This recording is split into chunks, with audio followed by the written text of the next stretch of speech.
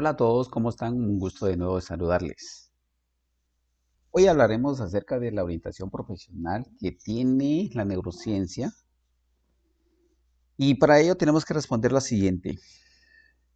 El contexto de donde usted se sitúa es precisamente el contexto de donde la neurociencia puede aplicarse. Sin embargo, la neurociencia se aplica en diferentes ámbitos. Ya van desde la investigación hasta el estudio aplicativo en algunas corrientes o algunas disciplinas, además de las que propiamente dichas estudia la conducta humana. Para ello entonces debemos entender que la neurociencia es el conjunto de ciencias que se encarga del estudio de los fenómenos conductuales, para decirlo de una forma. Porque entre el campo de la neurociencia también se encuentran en los estudios de exploración del funcionamiento del sistema nervioso en general, que no necesariamente pueden explicarnos una conducta, ¿sí? Para fines de esto vamos a hablar de los neurocientíficos de la conducta. Entonces vamos a decir que estos estudian todos los fenómenos del comportamiento que pueden observarse en animales no humanos.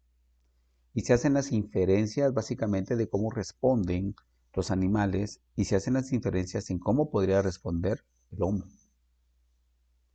Además, los estudios en neurociencia para entender la conducta humana que se utilizan en los seres humanos, de alguna manera va a ser a través de métodos de investigación fisiológica no lesivos. Por ejemplo, un electroencefalograma para determinar un mapeo cerebral, para determinar el funcionamiento de las ondas. En algún momento podríamos tener otros que no sean invasivos, como la tomografía axial computarizada y algunos tipos de estudios que vamos a ir explicando un poco este tema. Pero una de las corrientes muy interesantes es cómo la neurociencia puede no solo explicar los fenómenos que incluye el sistema nervioso, sino que a la vez también puede ser muy complementario para la actividad médica, ¿sí? Entonces, en el caso de la actividad médica, vamos a ver ciertos fenómenos que tienen que ver como respuesta conductual que van a producir de alguna manera una enfermedad o viceversa. La enfermedad que puede producir un estado de afectación de tipo nervioso o neurológico. De ahí vemos entonces este tipo de fenómenos en donde, por ejemplo, un estado de ansiedad puede simbolizarnos también una afectación o complicación de una enfermedad. El no dormir, por ejemplo, el dolor. ¿Sí? Por eso es que la neurociencia médica va a estudiar todos los procesos normales y patológicos que se van a presentar en el sistema nervioso y que pueden ser causa de ellos la afectación de otros órganos o viceversa. Va a abordar aspectos neurológicos, neuropsicológicos y conductuales cuando un sistema falla. Es decir, que se amplía un poquito más, no solo estudiar la estructura, sino también su funcionamiento y sobre todo cómo se observa la conducta. Amplía estudios neurocognitivos y neurodesarrollos. Va a depender de los ciclos de vida, pero en este caso de la neurociencia médica se enfoca básicamente en los aspectos del neurodesarrollo y en este caso el detalle de las enfermedades neurodegenerativas, eh, donde se clasifican las demencias. ¿Sí? Hace investigación, hace estudios neurofisiológicos y hace docencia. Todo ello con la finalidad de exponer todos sus hallazgos, sus complementos y sus aportes. También permite diagnosticar, ¿sí? Fenómenos que puedan explicarse, que se abordan dependiendo de lo que sea, ya sea un abordaje farmacológico, un abordaje quirúrgico, por ejemplo, o un abordaje de una manera evaluativo cognitivo. Le da seguimiento a estos casos para ver cómo evolucionan. Vamos a poner un ejemplo, los traumas craneoencefálicos, ¿no? Es decir, la evolución de estos en relación a cómo se reajusta o se reactiva, o en términos de esto, cómo se neurorehabilita o facilita el proceso de la conexión nerviosa normal. Entiende el contexto y cómo influencia este contexto dentro de lo que es el fenómeno conductual. Por ejemplo, Un tumor cerebral puede hacer que un cerebro se divida, ya sea por la estructura, y podemos entender cómo eso se expresa en un contexto. Obviamente maneja los estados bioéticos y éticos de la información para beneficio del desarrollo de la neurociencia médica. Van a dedicar la mayor parte de su tiempo a investigar los orígenes y los problemas neurológicos y en intentar formular tratamientos especializados. En esta parte me estoy refiriendo a cómo los científicos de la neurociencia de la conducta tienden precisamente a hacer ese tipo de trabajo con la intención de formular un tratamiento especializado. Gran parte de este trabajo va a ser de tipo experimental, ¿sí? Y obviamente van a ser a nivel de laboratorios o centros de investigación, que permita de alguna manera que sus hallazgos puedan hacerse generalizados o individualizados dependiendo de los casos que se puedan comprender. La correlación clínica es importante, es decir, todos los hallazgos que vemos para su divulgación.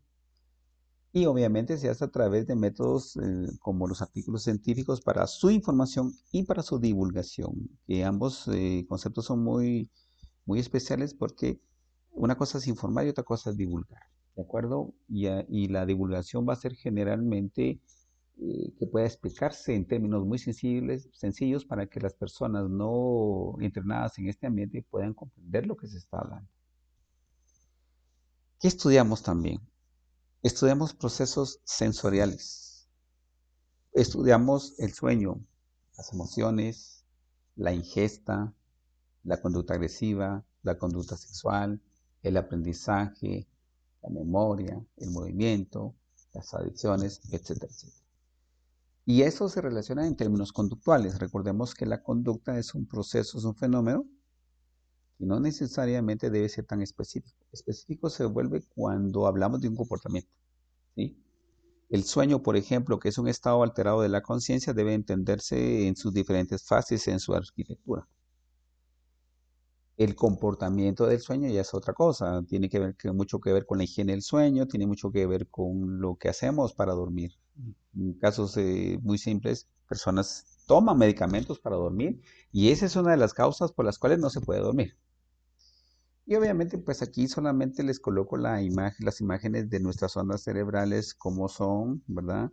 Cómo nos permite entender ciertas cosas. Por ejemplo, la presencia de ondas gamma nos va a decir, por ejemplo, cómo respondemos a tareas de procesamiento cognitivo, las ondas beta, que se relacionan a las concentraciones o al estar despierto, a las ondas alfa, que tienen mucho que ver con el proceso de mente relajada pero despierto, ¿sí? Esas muchas veces cuando hablamos de sueño lo aplicamos cuando hablamos de ondas o de sueños paradójicos o sueños profundos o sueño REM, no REM. Las ondas teta que van a tener mucho que ver con los procesos de procesamiento o elaboración de imágenes en el sueño. Las delta, pues obviamente nos van a decir que estamos durmiendo profundamente, ¿verdad? Esto es un ejemplo solamente para que tengamos en cuenta cómo a través de las ondas cerebrales podemos interpretar conductas también y que lo podemos hacer de una manera muy sencilla. Sin embargo, también hablamos y tratamos trastornos que pueden entrar entre el campo de la psicopatología, pero que les damos un carácter biológico, les damos un carácter de interpretación estructural y de conducta. Por ejemplo, los estados de ansiedad, cuando vemos fenómenos de, digamos, alteraciones de neurotransmisores que van desde la noradrenalina y el GABA, de la depresión que van sobre los aspectos de la dopamina y la serotonina, de los trastornos obsesivos compulsivos, las fobias, las enfermedades psicosomáticas que son muy frecuentes, enfermedades graves como la esquizofrenia o algunas enfermedades neurológicas específicas, o algunas que van a presentarse en el neurodesarrollo o las que van a ser al final del ciclo de la vida, como las demencias, entre otras. Entonces es importante entender que la neurociencia de la conducta no se centra solamente en estudiar los fenómenos normales y anormales, sino también hacen propósitos o pueden permitir dar respuestas o tratamientos específicos para algunos problemas. Entonces se puede definir de nuevo a la neurociencia como el ámbito interdisciplinar que estudia los diversos aspectos del sistema nervioso, ya sea su anatomía, ya sea su funcionamiento, ya sea su patología, ya sea su desarrollo o su genética. Y que al mismo tiempo también puede hacer un aporte desde la farmacología y desde la química, sobre todo la química de respuesta molecular. El objetivo de esto es comprender profundamente los procesos cognitivos y conductuales del ser humano. ¿Sí? Obviamente esto es un fenómeno desde nuestros aportes, desde nuestro contexto, van a ser muy diferentes como nosotros. Recordemos los proyectos Cerebro, el conectoma humano, la tractografía, los mapeos cerebrales, que de alguna manera han sido los avances significativos para esto. Brenda Milner, perdón, desde 1918 de su nacimiento, ¿sí? Ha sido una figura bastante interesante. Es una persona que trabaja en el campo de la neurociencia, que todavía vive. Ella tiene mucho que decirnos, ¿sí? Si no estoy mal, ella participó, perdón, en el estudio de Henry Molaison en el asunto del paciente M. Y entonces ella dice que el estudio de la memoria no estaba de moda cuando comencé a trabajar. Imagínense en 1918, desde su nacimiento aproximadamente, pues vamos a suponer que a los que en el 30 más o menos empezó con esto, ¿no? Porque los pacientes se quejaban de mala memoria. Si un paciente se queja de problemas de memoria, usted no dice, no, no, a mí me interesa la percepción e ignora sus dificultades de memoria. O estudia su memoria o busca su otro trabajo. ¿Sí? Entonces, esta neurocientífica que se dedica al estudio de la memoria, que tiene muchos artículos y muchos aportes que podríamos ir a investigar, nos ha mantenido siempre esa curiosidad y esa respuesta para lo que es la memoria. Recordemos que la memoria puede ser también el centro, en algún momento podríamos decirlo en términos comunes, como el disco duro, ¿no? En donde constantemente se va reformulando esto. Ya hemos hablado de esto anteriormente, ¿sí? La neurociencia ha desarrollado tan grande como los proyectos que les digo, desde lo que es el genoma humano hasta el conectoma humano, ¿sí? En donde vamos a ver que a través de investigaciones han hecho bastantes aportes, ¿sí? Vemos, por ejemplo, estudios sobre cómo podríamos modificar la acción de las neuronas. Hay un aporte de la optogenética que puede producir una estimulación incluso hasta en las terminales nerviosas para modificar las respuestas de ciertas zonas. Podemos hablar de la estimulación magnética transcraneal, que también hace una modificación. Y podríamos hablar de muchas cosas. La intención de esto es decir que a través de la investigación, a través del desarrollo de nuevas herramientas de neuroimagen y de tecnología, también hemos ido manteniendo, aparte de eso, una visión clínica, ¿no? Se ha dicho mucho de eso, que ha sustituido todo esto a la clínica, y lo cual no es cierto, porque para el área del sistema nervioso no podemos trascendernos solo en tecnología, tenemos que hacer aportes de evaluación neurológica, neurofisiológica, neuroconductual, ¿no? Y obviamente siempre basados en la ética que corresponde. En esta diapositiva vamos a hablar, por ejemplo, de las disciplinas que no se van a encargar de los estudios conductuales y de los que sí lo van a hacer, pero que de alguna forma dan bases o sustentos para entender cómo funciona un cerebro. Por ejemplo, en el caso de las disciplinas no conductuales, encontramos a la neurobiología, a la neurología, a la neurofisiología, neuroanatomía y neurofarmacología, que solamente estudian cómo funciona una estructura frente a un estímulo que puede ser fisiológico, eléctrico o químico. Y también explica sus partes y sus estructuras y su funcionalidad.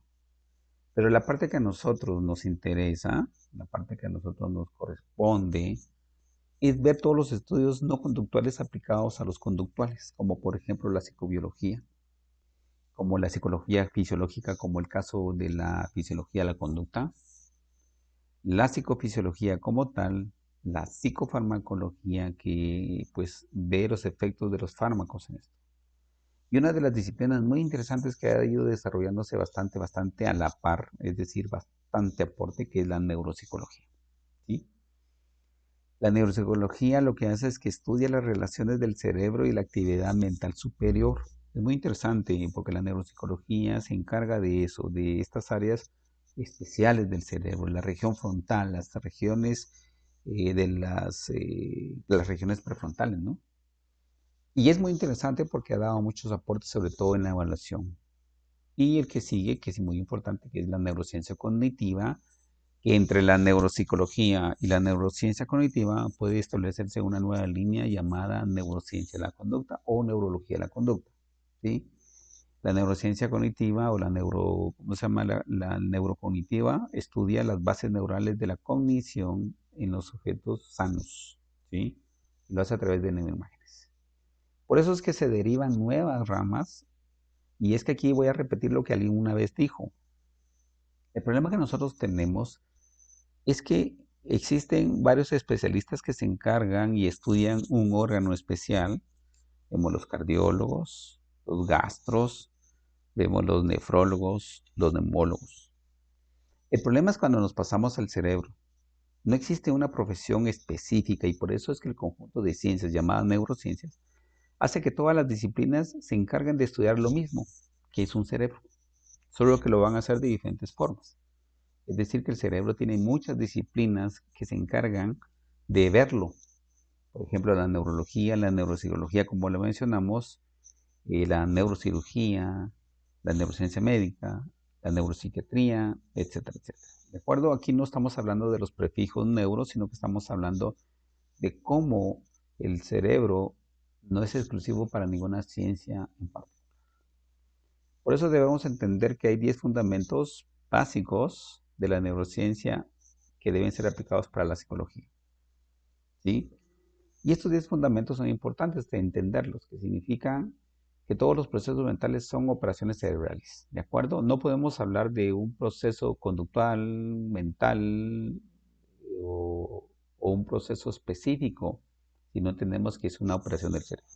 Sin cerebro no podemos ver esas conductas. El fundamento número 2 es que los genes establecen conexiones específicas en el cerebro, pero que la experiencia los modifica. Aquí hablamos, por ejemplo, de cómo el ambiente puede llegar a transformar un cerebro, ¿sí? Si se le dan las condiciones positivas o si se le dan las condiciones negativas. Es decir, que los genes están influenciados o están determinados, pero que están influenciados para no expresarse, ¿sí? Por ello es importante entender cómo este ambiente va a perjudicar o beneficiar el cerebro. Y eso lo vemos mucho en la epigenética de los niños, ¿no? Cómo han sido modificados o cómo puede seguir modificándose a lo largo del tiempo. 3. Nuestra mente, perdón, puede cambiar porque el cerebro es plástico. Aquí hablamos de neuroplasticidad y podemos hablar de neurogénesis. Sin embargo, es importante entender que este cambio debe ser un proceso guiado o que de alguna manera puede ser influenciado. No estoy hablando de cuestiones de manipulación, estoy hablando de contextos beneficiosos para ese cambio, ¿no? El aprendizaje y las memorias existen en el cerebro, o sea, no hay otro lugar donde más se pueda hablar de esto. Alguien hablaba acerca de la memoria muscular, sí, la memoria muscular, precisamente porque es la conexión del nervio que va al músculo y que debe de llevar una información y que le responde esa información para que pueda entenderse como una memoria de músculo. Otro importante es que los factores sociales ambientales contribuyen al desarrollo de las enfermedades mentales. Por eso en algún momento se había hablado de que la esquizofrenia es una enfermedad de las carencias económicas, de la pobreza, ¿no? Muchas de las cosas que yo hablo deben ser sujetas a la discusión, al análisis, a la confirmación y sobre todo a la duda. Las emociones no pueden separarse de la cognición ni del razonamiento. Sí, es importante, es decir, que nosotros tomamos decisiones basadas en las emociones. El 95% de lo que hacemos son emociones. Por lo tanto, las condiciones van a ser una respuesta a la emoción. El apego es importante para generar cambios en el cerebro. Henry, se me fue el apellido de este autor, tiene un artículo muy interesante que habla de cómo el origen de la agresividad, ¿sí? Harlow es el apellido. Cómo el origen de la agresividad y la violencia se fundamenta en el problema del apego. Muy interesante, porque esta es investigación antigua, pero que se ha ido actualizando muy bien. La imaginación es clave para el aprendizaje. Es un término interesante, lo utiliza la neuroeducación, sobre todo porque le incluye aspectos emocionales y la imaginación es importante, ¿de acuerdo? La imaginación es casi similar a lo que podríamos suponer una conciencia, es decir, hay varios elementos que lo complementan. El cerebro maneja información tanto a nivel consciente como inconsciente. Lo acabo de expresar hace un momento. Es más inconsciente que consciente. Pero al llegar a la conciencia es lo que decíamos, es cuando se vuelve consciente. La aplicabilidad del conocimiento neurocientífico a la psicología tiene un componente ético. Eso nunca se olvida. ¿Ok? Y para terminar, tenemos que entender que si nuestro cerebro tiene cosas maravillosas, podemos hacer un futuro diferente. Es decir, partamos de la idea de que nuestro cerebro nos transforma. Y si eso hace así, pues nuestro futuro debe ser mucho mejor. Ya se han dado cuenta, hemos ido creciendo en este mundo a través de esto. Y esperamos algunas respuestas que nos puedan dar estas investigaciones. Muchas gracias y pues cualquier duda siempre estaré para servirles. Gracias por todo.